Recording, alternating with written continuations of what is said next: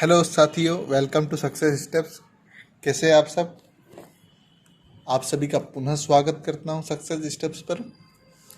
साथियों, जैसा कि आप सभी को ज्ञात है, मध्य प्रदेश की जिलेवार सीरीज में हम लोगों ने धार, झाबुआ, अलीराजपुर, बड़वानी, खरगोन आदि जिलों को पढ़ चुके हैं। आज हम लोग निमाड़ के, जो कि पूर्वी निमाड़ के नाम से जाना जाता है, अनूप खांडवन जिसका प्राचीन नाम है, उस प्रकार से दादाजी धुनीवाले, किशोर कुमार की जन्मस्थली और इन चीज़ों के लिए प्रसिद्ध जिला खंडवा के बारे में विस्तार से समझेंगे। उससे पहले साथियों, हम लोग इस निमाड़ शब्द के बारे में समझ लेते हैं ताकि जिले को समझने में आसानी रहेगी और इसका गठन किस प्रकार हुआ इसके बारे में भी एक आसानी से चर्चा कर सकते हैं। ठीक है साथियों, निमाड़ मध्य प्रदेश का पश्चिमी क्षेत्र आप देख सकते हैं। यहाँ पर इसकी भौगोलिक सीमा में एक तरफ विंध्य आप देख सकते हैं, विंध्य पर्वत श्रृंखला, और दूसरी तरफ सतपुड़ा। यह सतपुड़ा पर्वत श्रृंखला है जिसमें कौन कौन सी? राजपीपला, ग्वालीगढ़ श्रेणी, महादेव श्रेणी और मैकाल श्रेणी। यह सतपुड़ा पर्वत श्रेणी की प्रमुख पर्वत शिखर है और इसके मध्य में स्थित है निमाड़, जिसका पौराणिक काल में निमाड़ को अनूप जनपद कहा जाता था। इसे बाद में निमाड़ की संज्ञा दी गई। वैसे भारत के मानचित्र में आप देख सकते हैं यहाँ पर तो किस क्षेत्रों को किस प्रकार से कौन कौन सी भाषा का उपयोग किया जाता है। तो यहाँ पर आप देख सकते हैं निमाड़ी का उपयोग किया जाता है और भीली, शब्द, मालवी आदि भाषा यहाँ पर यूज किस प्रकार से की जाती है ये आप समझ सकते हैं, है ना। आगे हम लोग चर्चा करेंगे इसका विभाजन कैसा हुआ। तो निमाड़ का विभाजन हुआ दो हिस्सों में, पूर्वी निमाड़ और पश्चिमी निमाड़ में। जिसमें पूर्वी निमाड़ में कौन कौन था? खंडवा और बुरहानपुर। पश्चिमी निमाड़ में आता है खरगोन तथा बड़वानी जिला। साथियों, ये वर्तमान की बात हो रही है। पहले यह सिर्फ 1 नवंबर 1956 को, है ना, जब मध्य प्रदेश का निर्माण हुआ था तो पूर्वी निमाड़ और पश्चिमी निमाड़ के जाना जाता था, जिसमें ये चारों जिले नहीं थे। लेकिन 25 मई 1998 को जो पश्चिमी निमाड़ था, जिसमें खरगोन और बड़वानी जिले को अलग अलग पश्चिमी निमाड़ को कर दिया गया। इसके साथ आते ही 15 अगस्त 2003 जो पूर्वी निमाड़ था उसको खंडवा और बुरहानपुर में बांटा गया। तो यहाँ पर निमाड़ी भाषा उपयोग किया जाता है। तो इस प्रकार से हम लोगों ने जिलों को समझा और निमाड़ी भाषा यहाँ की प्रमुख भाषा है तथा खरगोन, गोगांव, महेश्वर, सेंधवा, भिकनगांव जैसे यहाँ पर प्रमुख शहर है। और निमाड़, पूर्वी निमाड़ में खंडवा, हरसूद, पुनासा जैसे शहर है। पश्चिमी निमाड़ में कौन कौन से? खरगोन, गोगांव, महेश्वर, सेंधवा, भिकनगांव में। मध्य में नर्मदा नदी बहती है, आप देख सकते हैं यहाँ पर नर्मदा नदी बहती है निमाड़ क्षेत्र में। ऐसा अनुमान है कि आर्य और अनार्य की सभ्यताओं को मिश्रित होने के कारण यह क्षेत्र निमार्य के नाम से जाना जाता है और कालांतर में अभ्रंश होने के बाद निमार फिर निमाड़ में परिवर्तित हो गया। एक मतानुसार अन्य और है कि यहाँ पर नीम की वृक्षता की सघनता पाए जाने के कारण इसे निमाड़ भी कहा गया है। तो इस प्रकार से हम लोगों ने निमाड़ को समझा साथियों। आगे हम लोग देखेंगे खंडवा जिले के बारे में। तो खंडवा जिले के निमाड़ से उससे पहले ये किस नाम से जाना जाता था? 15 अगस्त 2003 से पहले पूर्वी निमाड़ के नाम से, जिसमें 1 नवंबर 1956 को पूर्वी निमाड़ से अस्तित्व में आया था, निमाड़ से, और यह जिला पूर्वी निमाड़ के रूप में अस्तित्व आया था। इसी के साथ 15 अगस्त 2003 की जो तारीख आती है जिसमें पूर्वी निमाड़ को खंडवा और बुरहानपुर में विभाजित कर दिया गया। आगे हम लोग देखेंगे तो इसका प्राचीन नाम क्या था खंडवा का? अनूप और खांडवन। साथियों, ये बहुत महत्वपूर्ण है, इसे नोट कर लीजिएगा। अनूप और खांडवन खंडवा का प्राचीन नाम है, जो कि अब एक परीक्षा में बहुत ही लाभ होगा इससे। आगे हम लोग देखेंगे, मानचित्र में भी आप देख सकते हैं इस प्रकार से खंडवा और बुरहानपुर कब अस्तित्व में आए हैं? 15 अगस्त 2003 को, जो मानचित्र के माध्यम से आप समझ सकते हैं। यहाँ पर निर्वाचन क्षेत्र की बात करते हैं हम लोग तो 4 विधानसभा है, जिसमें विधानसभा 4 है। लेकिन ऐसा होता है साथियों कि किसी भी जिले में लोकसभा यानी सांसद उस जिले की एक ही लोकसभा लगती है। लेकिन खंडवा जिले में ऐसा नहीं है। यहाँ पर बैतूल संसदीय क्षेत्र भी लगता है और खंडवा संसदीय क्षेत्र भी लगता है। तो उसके बारे में हम लोग चर्चा करते हैं आगे। यहाँ पर पहले विधानसभा की बात करते हैं, तो विधानसभा पहले मानधाता सीट के बारे में बात करते हैं, जो कि पुनासा क्षेत्र है और यह आती है खंडावा संसदीय क्षेत्र के अंतर्गत, है ना, जिसका नंबर क्या है विधानसभा का 175, और जो संसदीय क्षेत्र है वो 28 नंबर का खंडवा संसदीय क्षेत्र है, इसी के अंतर्गत आती है मानधाता विधानसभा सीट। अब साथियों बात करते हैं हम, जो 29 नंबर का संसदीय क्षेत्र कौन सा है, बैतूल। यह भी खंडवा जिले का हरसूद विधानसभा है, जो कि 176 है, यह बैतूल क्षेत्र के अंतर्गत आता है संसदीय क्षेत्र में। तो इस प्रकार से हम लोग 2 संसदीय क्षेत्र लगते हैं यहाँ पर, और विधानसभा 4 है। आगे अगली विधानसभा की बात करते हैं, तो वो खंडवा से विधानसभा खंडवा संसदीय क्षेत्र के अंतर्गत ही आती है, खंडवा 177 नंबर। और अगली कौन सी है, पंधाना, जो कि 178 नंबर है, और यह भी खंडवा संसदीय क्षेत्र के अंतर्गत आती है।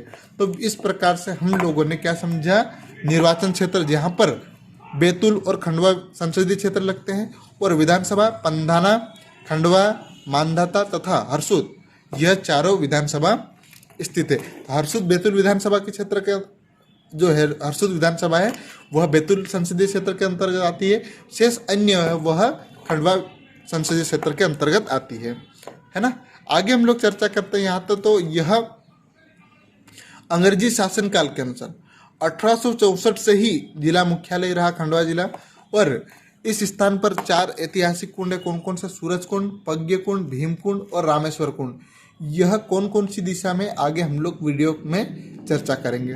यहाँ पर प्रमुख मंदिरों की बात करते हैं, तो खंडवा जिले में तुरजा भवानी मंदिर, नवचंडी मंदिर और नागचुन तालाब, जो कि नागचुन सिंचाई परियोजना खंडवा जिले में स्थित है।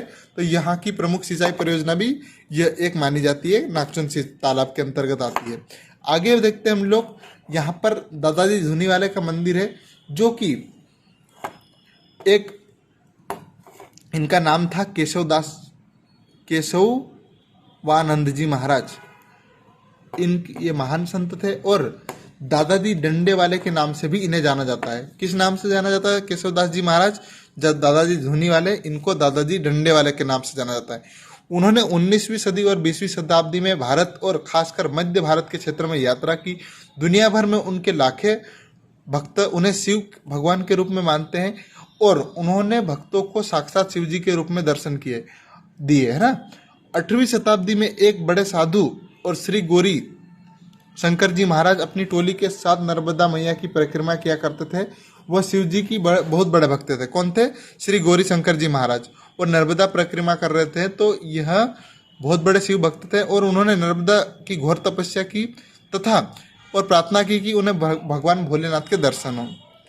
तो उनकी जब 12 कठिन परिक्रमाएं पूर्ण हुई, तो नर्मदा जी ने उनसे प्रसन्न होकर दर्शन दिए तथा कहा कि उनकी जमात में केशव नाम के युवा भोलेनाथ के रूप में मौजूद है, जो नर्मदा माता जी ने कहा था। यह चीजें बताई गई। भगवान शिव जी के दर्शन के लिए व्याकुल गौरी शंकर जी महाराज जब वापस लौटे, तो उन्होंने सच में उस लड़के यानी दादाजी के रूप में भगवान शिव जी को देखा। जब उन्हें आंखों पर विश्वास नहीं हुआ, तो भगवान भोलेनाथ ने उन्हें कहा, अगर अपनी आंखों पर यकीन नहीं हुआ तो मुझे छूकर आजमा लो। दादाजी हमेशा अपने डंडा रखा करते थे, जहाँ विराजमान होते वहाँ पर धुनी रमाते थे। दिगंबर रूप दादाजी महाराज के दर्शन करते थे, और रोज हजारों लोग आया करते थे। जन कल्याण करने दादाजी बहुत ही विचित्र तरीका था। वे भक्तों को गाली तथा डंडा देते थे, और हर तरह के लोग, अमीर गरीब तथा दादाजी से आशीर्वाद लेते थे। दादाजी ने चमत्कार दिखाए, वैसे बहुत सारी चीजें हैं। यहाँ पर निरंतर धुनी जलती रहती है, जिसे धुनी मैया कहा जाता है। दादाजी की समाधि दर्शन और धुनी मैया भूपति प्रसाद के लिए दूर दूर से भक्त आते हैं। तो इस प्रकार साथियों दादाजी धुनी वाले के बारे में पढ़ा हम लोगों ने, और इन्हें भगवान शिव का अवतार कहा गया है, और इनका क्या है, डंडे वाले दादाजी के नाम से भी जाना जाता है। यहाँ पर और बात करते हैं तो तुलजा माँ भवानी मंदिर है, जो खंडवा का प्रसिद्ध मंदिर है, और दादाजी धुनी वाले मंदिर के पास में ही है, और प्राचीन समय का ये मंदिर है।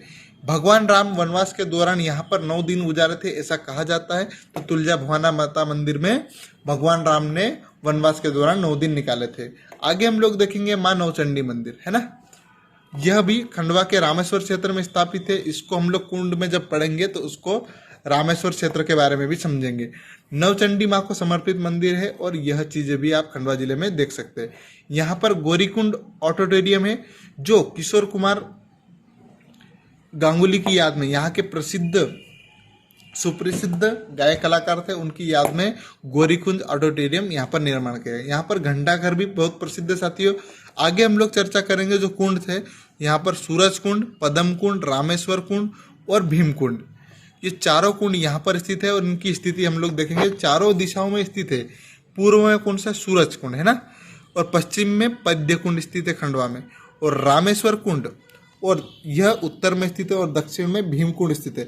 साथ ही जो मां नवचंडी मंदिर है रामेश्वर क्षेत्र में स्थित है, उत्तर में स्थित है ना। आगे ये चारों एक बार और रिपीट करता हूं मैं। पूर्व में सूरज कुंड है, पश्चिम में पज्ञ कुंड, उत्तर में रामेश्वर कुंड और दक्षिण में भीमकुंड स्थित है खंडवा जिले में। यहाँ पर भोले बाबा का मंदिर भी विराजित है। आगे हम लोग देखेंगे देवझिरी भूतेश्वर मंदिर। यह प्राचीन मंदिर है साथियों, खंडवा से लगभग 13 किलोमीटर दूरी पर भोजाखेड़ी में स्थित है। यहाँ पर एक झीरी बहती रहती है, प्राकृतिक जलधारा जो निरंतर बहती रहती है। तो यह मंदिर भी यहाँ पर प्रसिद्ध है खंडवा जिले में, भोजाखेड़ी गांव में देवझिरी भूतेश्वर महादेव मंदिर है ना। आगे चर्चा करते हैं वीरखाला रुख। यह एक महत्वपूर्ण हो सकता है साथियों। यहाँ पर प्राचीन समय में मानव की बलि दी जाती है, जो शिव के अवतार काल भैरव को प्रसन्न करने के लिए पूर्व प्राचीन समय में मानव की बलि दी जाती थी। यहाँ पर यह ओंकारेश्वर की पहाड़ियों में स्थित है और ब्रिटिश काल में जो मानव की बलि दी जाती थी उसे समाप्त कर दिया गया। और पहाड़ी के निकट ही माता कुंती का मंदिर भी है ओंकारेश्वर क्षेत्र में। यहाँ पर भगवान शंभुनाथ मंदिर भी ओंकारेश्वर के पार में स्थित है, और सिद्धवरकूट स्थित भगवान शंभुनाथ का मंदिर 12 मंदिर के नाम से भी जाना जाता है। तो 12 मंदिर के नाम से कौन सा जाना जाता है? तो भगवान शंभुनाथ का मंदिर। माना जाता है कि जैन धर्म के तीसरे तीर्थकर यह मंदिर भूमि खोदकर निकाला गया था। और मुख्य रूप के अलावा यहाँ पर 4 अन्य मंदिर भी है, जिसमें भगवान चंद्र प्रभु, अजितनाथ, पार्श्वनाथ और शंभुनाथ की मूर्तियां स्थापित है। तो यह कहाँ पर स्थित है? शंभुनाथ मंदिर ओंकारेश्वर में। आगे हम लोग देखेंगे यहाँ पर प्रमुख उत्सव। तो प्रमुख उत्सव में किशोर कुमार उत्सव आयोजित किया जाता है और माखनलाल चतुर्वेदी समारोह आयोजित किया जाता है खंडवा जिले में। और निमाड़ उत्सव साथियों, ये बहुत महत्वपूर्ण है। निमाड़ उत्सव कहाँ का आयोजित किया जाता है? तो ये बड़वानी, खरगोन और खंडवा जिले में, इन तीनों जिलों में निमाड़ उत्सव आयोजित किया जाता है। माखनलाल चतुर्वेदी खंडवा में आयोजित किया जाता है और किशोर कुमार समारोह भी खंडवा में आयोजित किया जाता है। आगे हम लोग देखेंगे सिंगाजी मेला। यह कहाँ पर लगता है? पिपलिया सिंगाजी में, जो कि खंडवा जिले के अंतर्गत आता है। यह हर साल अक्टूबर माह में आयोजित किया जाता है सिंगाजी मेला, जिसे सिंगाजी कौन थे? निमाड़ के कबीर कहा जाता है इन्हें। आज भी निमाड़ के लोग, इनके जन्म स्थान और समाधि स्थल पर पक्षियों की पूजा की जाती है। इनके चमत्कार को लोग आज भी महसूस करते हैं। वे नर्मदांचल की महाविभूति थे और पशु पालक थे। इन्हें घी और दूध अर्पण किया जाता है। इन स्थानों पर घृत की अखंड ज्योति प्रज्वलित रहती है। सिंगाजी महाराज की समाधि इंदिरा सागर परियोजना डूब क्षेत्र के आ जाने की वजह से 50-60 फीट परखोटे का सुरक्षित किया गया है, जो इनकी समाधि है साथियों। तो जो इंदिरा सागर परियोजना है उसका अंतर्गत डूब क्षेत्र में आने के कारण 50-60 फीट परखोटे का सुरक्षित किया गया और वहीं पर इनकी समाधि का निर्माण किया गया। आप देख सकते हैं यहाँ पर संत सिंगाजी धाम, जो इस प्रकार से देख सकते हैं। आगे देखते हैं तो यह इनकी समाधि भी यहीं पर स्थित है, संत सिंगाजी धाम, जो खंडवा जिले के मुंदी नगर से लगभग 16 किलोमीटर दूर है ना। मुंदी आप देख सकते हैं यहाँ पर 16 किलोमीटर दूर स्थित है, इंदिरा सागर परियोजना के अंतर्गत डूब क्षेत्र आता है। आगे हम लोग देखेंगे और चारों ओर से इनकी जो समाधि है पानी से घिरी हुई है, आप यहाँ पर चित्र के माध्यम से समझ सकते हैं। अब यहाँ पर कार्तिक मेला आयोजित किया जाता है ओंकारेश्वर में, जो कि मानधाता ओंकारेश्वर का मानधाता राजा ने बसाया था। ये महत्वपूर्ण है साथियों, नोट कर लीजिएगा। ओंकारेश्वर को किसने बसाया था? राजा मानधाता ने। हर साल माह अक्टूबर में बोधिएनी एकादशी को यहाँ पर मेला आयोजित किया जाता है, जिसे क्या कहा जाता है? कार्तिक मेला के नाम से जाना जाता है। और पूर्णिमा पर यह आयोजित किया जाता है ओंकारेश्वर पे। आगे साथियों देखते हैं मलगांव उत्सव, जो कि हम लोगों ने कम्युनिटी में प्रश्न पूछा था, जिसका उत्तर है खालवा। खंडवा की जनपद पंचायत है, जहाँ पर मलगांव मेला लगता है दाता साहब की याद में, और हर साल जनवरी माह में आयोजित किया जाता है। पशुओं की खरीदी बिक्री के लिए यह प्रसिद्ध मेला है। यहाँ पर बैलगाड़ी प्रतियोगिता आयोजित की जाती है तथा स्कूली बच्चों के सांस्कृतिक कार्यक्रम मलगांव उत्सव में आयोजित किया जाता है, जो कि खंडवा जिले में स्थित है ना साथियों। आगे समाधि की बात करते तो यहाँ पर किशोर कुमार की समाधि है, जिनका जन्म हुआ था 4 अगस्त 1929 को इनका जन्म हुआ था खंडवा में, है ना। और 13 मई, गलत बोल दिया साथियों मैंने, इनकी मृत्यु 13 अक्टूबर 1987 को मुंबई में हुई थी। और इनकी समाधि कहाँ पर है? खंडवा जिले में स्थित है किशोर कुमार की समाधि।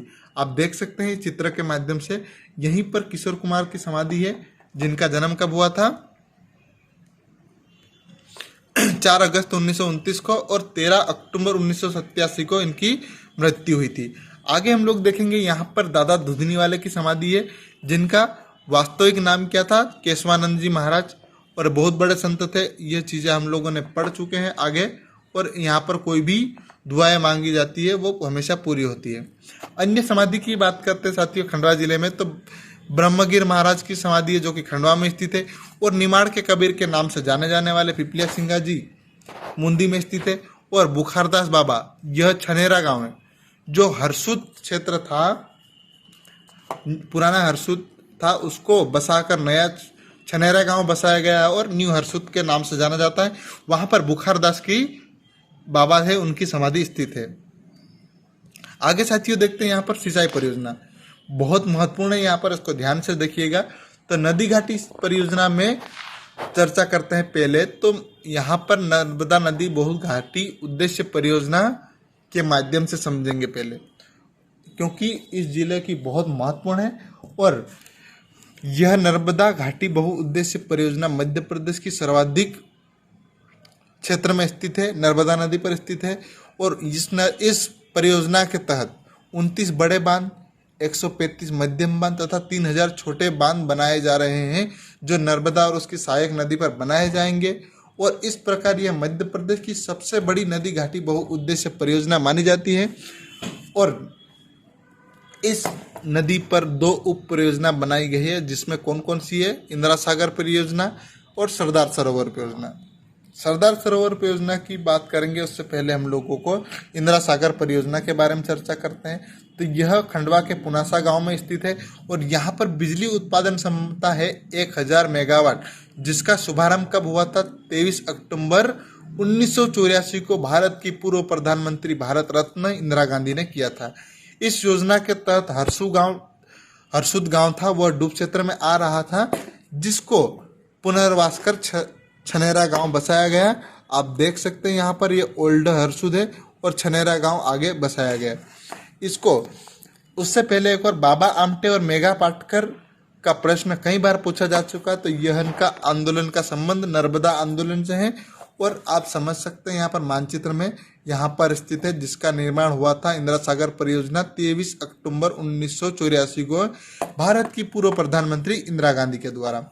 वैसे साथियों एक और चर्चा कर लेते हैं हम लोग। तो यह जो इंदिरा सागर परियोजना, ओंकारेश्वर परियोजना और महेश्वर परियोजना, यह तीनों परियोजना इंदिरा सागर परिसर के नाम से जानी जाती है।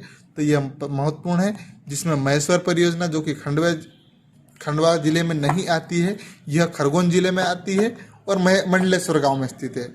ओंकारेश्वर परियोजना, जिसका प्राचीन नाम मानधाता है। इन सारी चीज़ों को पढ़ने के बाद इंदिरा सागर परियोजना को देखते हैं और डिटेल में। इंदिरा सागर बांध मध्य भारत में मध्य प्रदेश के बहुउद्देश्य बांध है और यह नर्मदा नदी पर बनाया गया। इसकी आधारशिला 1984 में भारत के पूर्व प्रधानमंत्री इंदिरा गांधी के द्वारा रखी गई। 1992 में इसका निर्माण शुरू हुआ और 2003 में पूरा हुआ। इसका जलाशय भारत के सबसे बड़े जलाशयों में गिना जाता है, जिसकी क्षमता कितनी है? 12.22 मिलियन घन मीटर, है ना। कितनी है? 12.22 मिलियन घन मीटर। आगे देखते हैं तो ओंकारेश्वर परियोजना, जो कि ओंकारेश्वर में स्थित है और ओंकारेश्वर का प्राचीन नाम मानधाता है, जिसे मानधाता राजा ने बसाया था। अगली परियोजना कौन सी थी? जो नर्मदा नदी पर सबसे बड़ी परियोजना है, इसमें सरदार सरोवर परियोजना। इंदिरा सागर परियोजना के बाद एक और बड़ी परियोजना जो कि गुजरात के नौगांव में स्थित है, यह बांध बनाया गया है। और इस योजना का सर्वप्रथम सपना किसने देखा था? सरदार वल्लभ भाई पटेल ने। किंतु इसे मूर्त देने का कार्य 1961 में पंडित जवाहरलाल नेहरू ने दिया था। यह बनने वाला बांध गुजरात के नौगांव में बनाया गया, जो शुरुआत से ही ऊंचाई को लेकर विवादों में रहा। और 17 सितंबर 2017 को प्रधानमंत्री नरेंद्र मोदी ने इसका उद्घाटन किया। इस पर बांध बने की लंबाई 1.2 किलोमीटर इसकी लंबाई है और 138 मीटर इसकी ऊंचाई है। इस प्रकार आकर्षित दृष्टिकोण से विश्व का दूसरा सबसे बड़ा बांध है। और विश्व का सबसे बड़ा बांध कौन सा है? अमेरिका का ग्रांड कुली बांध, जो कि विश्व का सबसे बड़ा बांध है। और यह एक गुरुत्वीय बांध है जो आसानी से टूट नहीं सकता, क्योंकि भूकंपी क्षेत्र में बनाया गया है। और जहाँ पर ये नौगांव में बनाया गया है तो ये भूकंपी क्षेत्र है, तो इस प्रकार से इसको गुरुत्वीय बांध बनाया गया, यानी इस प्रकार से बनाया गया। पानी का बहाव तेज होने पर यह अपने आप को अपनी स्थिति को ढाल लेता है और टूटने से बच जाएगा। यह 4 राज्यों का संयुक्त प्रोजेक्ट है, जिसमें मध्य प्रदेश, राजस्थान, गुजरात और महाराष्ट्र का। लेकिन मध्य प्रदेश की हिस्सेदारी सबसे ज़्यादा है। कितनी है? 57%। साथियों, इसको ध्यान रखिएगा। सरदार सरोवर परियोजना में मध्य प्रदेश की हिस्सेदारी कितनी है? तो आपका उत्तर होना चाहिए 57%, है ना, सबसे ज़्यादा है। आगे चर्चा करेंगे इसको हम लोग किस प्रकार से नर्मदा नदी पर यह बांध बने गए हैं। हम लोग वर्तमान में इंदिरा सागर परियोजना, ओंकारेश्वर परियोजना और महेश्वर परियोजना, जो कि तीनों इंदिरा सागर परिसर के नाम से जानी जाती है। और अगली कौन सी है? सरदार सरोवर, जो यह महत्वपूर्ण 2 परियोजना है नर्मदा नदी की। और इसी के अंतर्गत बहुत सारी परियोजना, लगभग 135 बड़े बांध आदि निर्माण किए जाएंगे। और इस प्रकार से आप नर्मदा नदी की बहुउद्देश्य परियोजना को समझ सकते हैं। आगे Singaji super thermal power project, जो कि एक क्या है? कोयला आधारित बिजली संयंत्र है और खंडवा जिले के मूंदी के पास में स्थित है। आप देख सकते हैं यहाँ पर। तो यह Singaji super thermal power project Khandwa जिले में स्थित है। अब आगे देखते हैं ओंकारेश्वर, है ना। ओंकारेश्वर यह ओम की आकृति दिखाई देता है, जिसमें भारत का एकमात्र ऐसा स्थल है जहां पर 2 ज्योतिर्लिंग को संयुक्त रूप से एक माना जाता है। साथियों, मध्य प्रदेश में भारत के 12 ज्योतिर्लिंगों में को सिर्फ 2 है, एक उज्जैन में स्थित है और एक ओंकारेश्वर में। ओंकारेश्वर में 2 ज्योतिर्लिंग हैं जिन्हें संयुक्त रूप से एक माना जाता है। यहाँ पर प्रमुख की बात करते हैं तो ममलेश्वर मंदिर, अमलेश्वर मंदिर और मार्कंडेय आश्रम, सिद्धनाथ मंदिर, काजल रानी गुफा, गोविंद भागवत पादाचार्य गुफा और शंकराचार्य की गुफा। यह महत्वपूर्ण गुफा है, बहुत ही वेरी वेरी इंपॉर्टेंट गुफा है। और ये चीज़ें हैं ओंकारेश्वर से संबंधित, तो ये इसको स्क्रीनशॉट ले सकते हैं आप साथियों। आगे यहाँ पर बहुत सारी चीज़ें हैं, तो यह प्रमुख है कौन कौन से? ममलेश्वर, अमलेश्वर, मार्कंडेय आश्रम, सिद्धनाथ मंदिर, काजल रानी गुफा, गोविंद भागवत पादाचार्य गुफा और शंकराचार्य गुफा यहाँ पर प्रमुख है। यहाँ पर सिद्धकूट आप देख सकते हैं, यह ओंकारेश्वर परियोजना पे जो बना बांध है। और यहाँ पर सिद्धकूट मंदिर है, जो इस प्रकार से आप देख सकते हैं। तो यह भी जैन धर्म के लिए प्रसिद्ध है, इसको आप समझ सकते हैं। और सिद्धनाथ मंदिर, यह भी ओंकारेश्वर में स्थित है। आगे हम लोग देखेंगे इंदिरा सागर पर्यटन संकुल हनुमंतिया। पर्यटन में यहाँ पर हनुमंतिया बहुत ही प्रसिद्ध है, जो कि हनुमंतिया के नाम से प्रसिद्ध है और हनुमंतिया गांव में के नाम पर ही रखा गया है। यह हनुमंतिया गांव में स्थित है और इंदिरा सागर परिसर जो परियोजना है उसी के अंतर्गत इसको निर्माण किया गया और पुनासा तहसील में स्थित है। इसका आप चित्र देख सकते हैं, ये बैक वाटर क्रूज हनुमंतिया के चित्र है। अब साथियों, जानकारी हम लोग यहीं समाप्त करते हैं, बहुत महत्वपूर्ण थी। उम्मीद करता हूँ जानकारी अच्छी लगी होगी। अगर जानकारी अच्छी लगी तो इस चैनल को साथियों लाइक और शेयर जरूर करें तथा चैनल को सब्सक्राइब जरूर करें। धन्यवाद। जय हिंद, जय भारत।